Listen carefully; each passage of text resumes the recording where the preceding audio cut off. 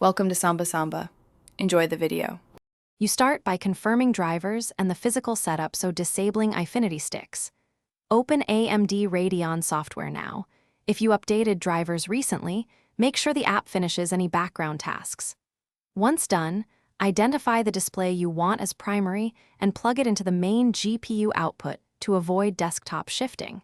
You do this because Eyefinity binds displays into a group. Breaking that link requires a stable primary display and the Radeon Control Center active for changes to apply immediately. You now locate the Eyefinity panel under Display Options.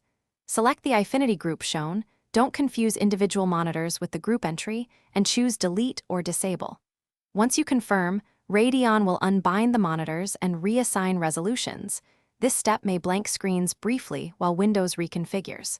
Make sure to accept any prompts and avoid unplugging cables during the operation, as that can confuse the driver. If necessary, set your preferred resolution and refresh rate after the group is removed.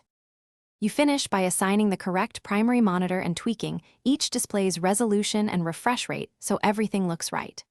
Once done, reboot to lock settings if the taskbar or window positions seem off. A restart resolves most residual desktop layout issues. If disabling fails, make sure drivers aren't corrupted. Roll back to the previous driver or temporarily recreate an Eyefinity group, then delete it again. That forces Radeon to rewrite configuration files and usually fixes stubborn cases. Thanks for watching. Consider subscribing if we helped you.